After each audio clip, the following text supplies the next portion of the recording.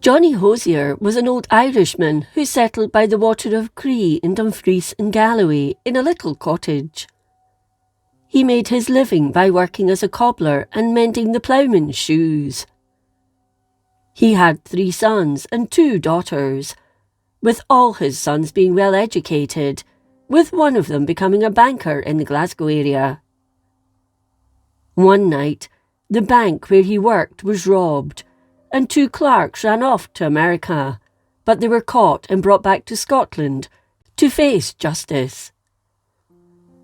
Young Hosier pleaded his innocence in the affair. In the lead-up to the trial, he stood his ground, and at the court was found not guilty by the jury. The other 2, however, were found guilty and were duly hanged. The bank wasn't so sure of his innocence, however, and word soon got round the other ones, so he found it difficult to find employment. In the end, he was forced to return home. A short time after his arrival, his father began constructing rows of houses in Newton Stewart and set up shops of various kinds.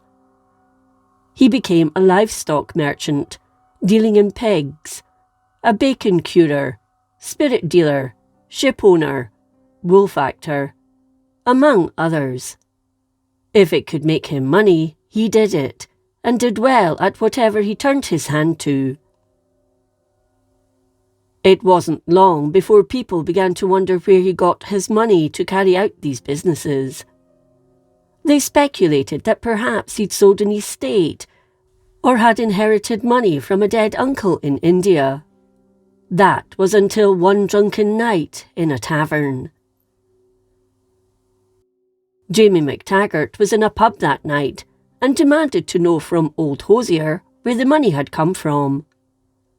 He wasn't expecting the reply he got. He told him the devil had helped him out with it.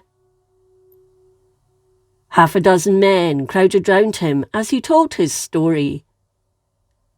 One night, he told them, he'd been going up by the Grange of Cree, wondering what he was going to do with the son that had returned home.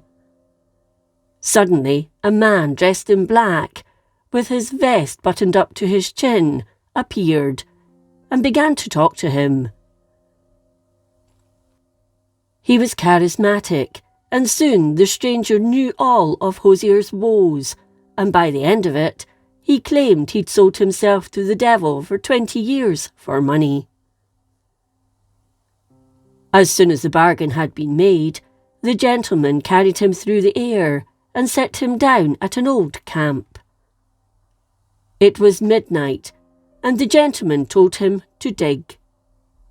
Hosier did so, and soon he discovered a pile of money, and since that night he'd always had more money than he needed or knew what to do with. After he'd finished telling his story, he called for 2 mutchkins, equivalent to 1.5 pints, of whisky, paying for it and telling them to help themselves. The story of the devil soon spread through Newton Stewart and beyond, and was accepted as fact, as when he told the story to others, it never wavered from the one he'd told in the tavern.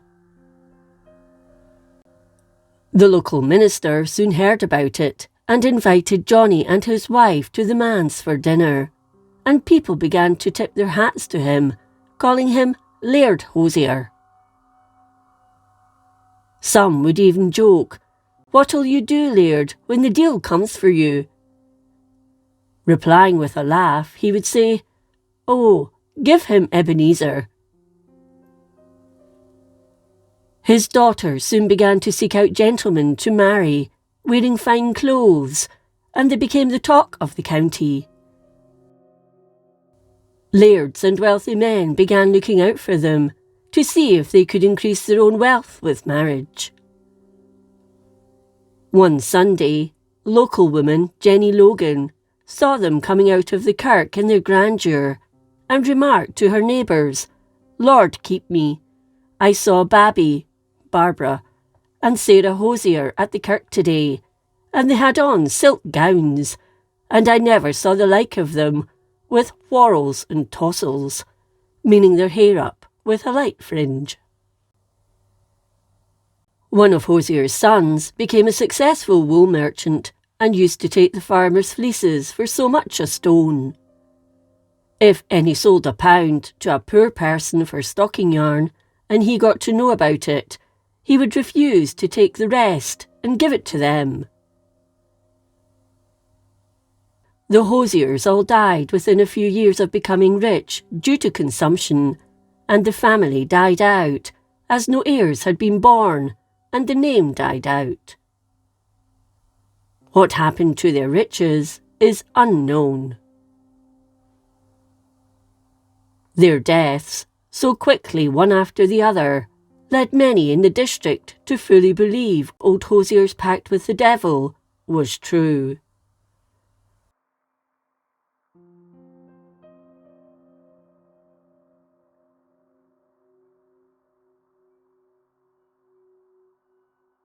If you enjoyed this episode of Scotland's History, please like, comment and subscribe.